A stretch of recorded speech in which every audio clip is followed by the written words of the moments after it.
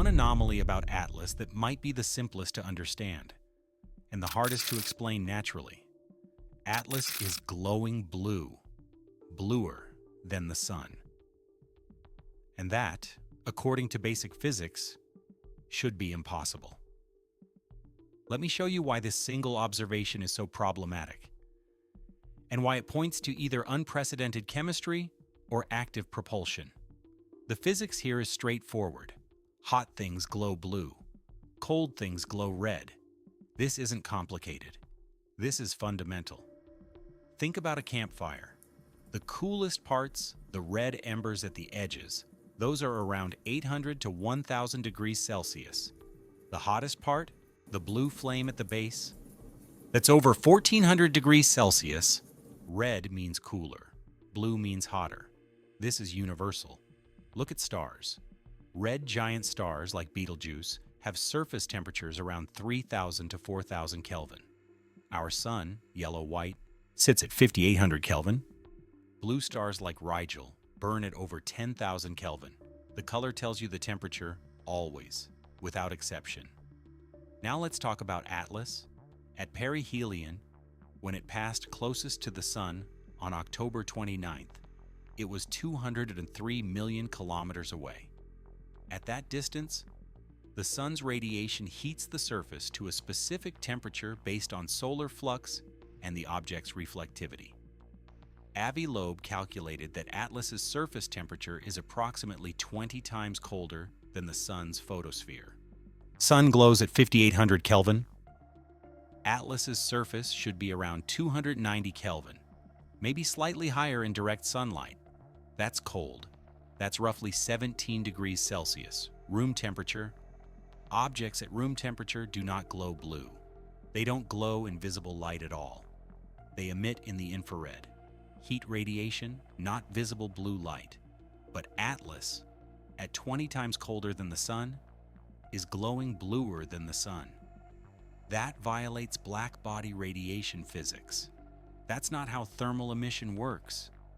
Now, let's make this even more problematic. Atlas isn't just cold, it's surrounded by dust. Comets release dust particles along with gas. That dust reflects and scatters sunlight. And here's the critical point. Dust always reddens light, never blues it. You see this every day on Earth. Why is the sky blue? Because our atmosphere scatters blue light more than red light, spreading it across the sky. Why are sunsets red? Because when the sun is low on the horizon, its light passes through more atmosphere, scattering away the blue and leaving the red. Dust particles work the same way. They scatter shorter wavelengths, blue light, more than longer wavelengths, red light. The result? Dust makes things look redder, not bluer. Every comet we've ever observed follows this pattern.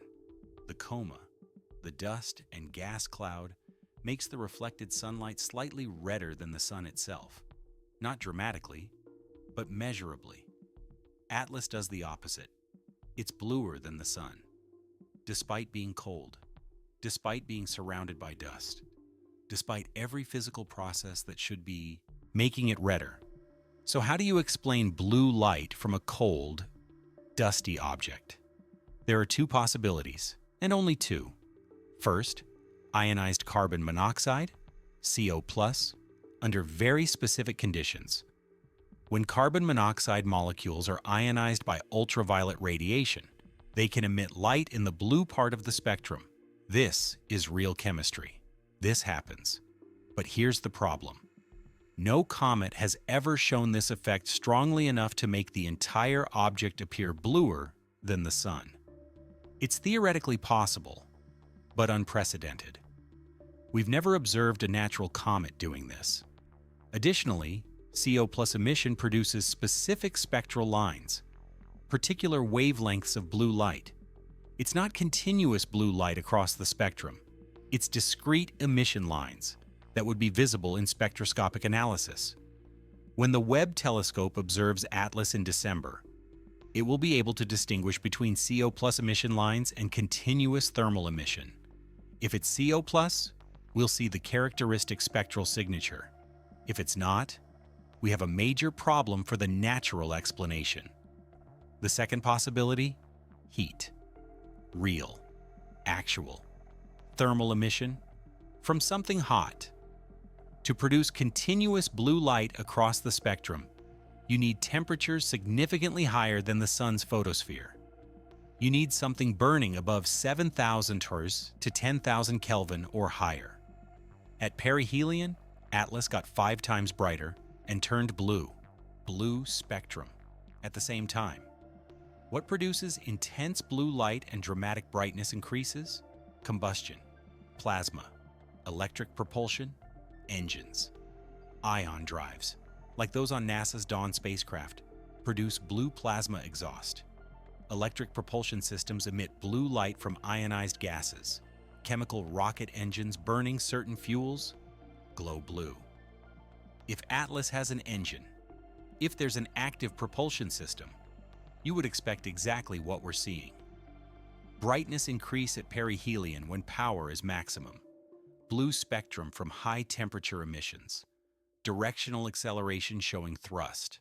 The blue color, the 5 times brightness increase, and the non-gravitational acceleration all happen together at perihelion, when an engine would be firing.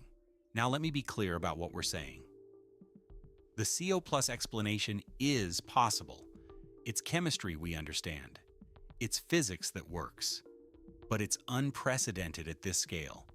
We've never seen a natural comet produce strong enough CO plus emission to make the entire object bluer than the sun. The hot engine explanation fits all the observations. Blue color, yes. Brightness increase, yes.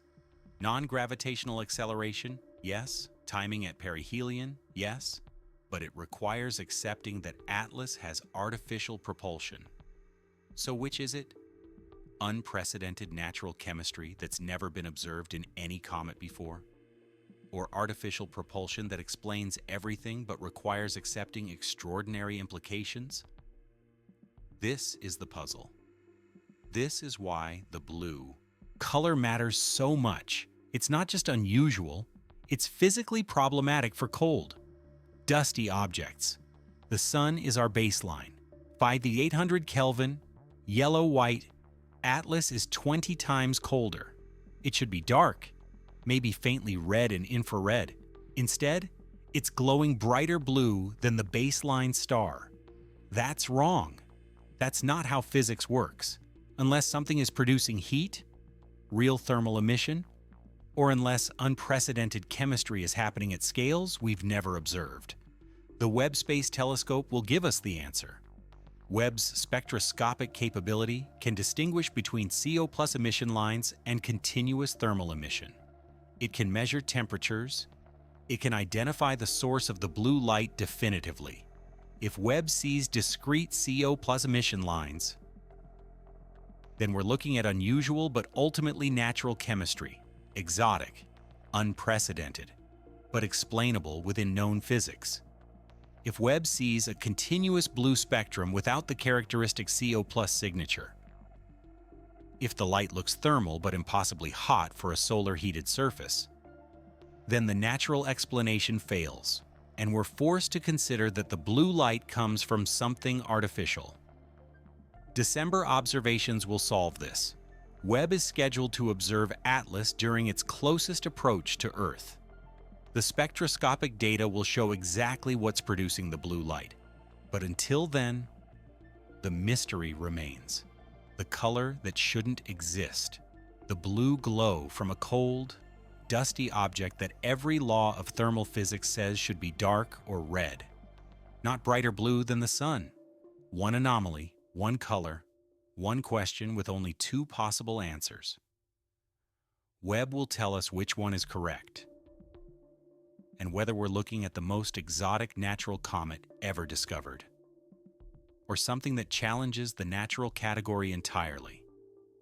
The blue mystery, simple to observe, impossible to explain, and waiting for December to reveal its secrets. Stay tuned. Because when Webb turns its instruments toward Atlas, when we see those spectroscopic signatures, we'll know if the blue light is chemistry or propulsion. The answer is coming, and it will solve one of the most puzzling anomalies in the entire Atlas mystery.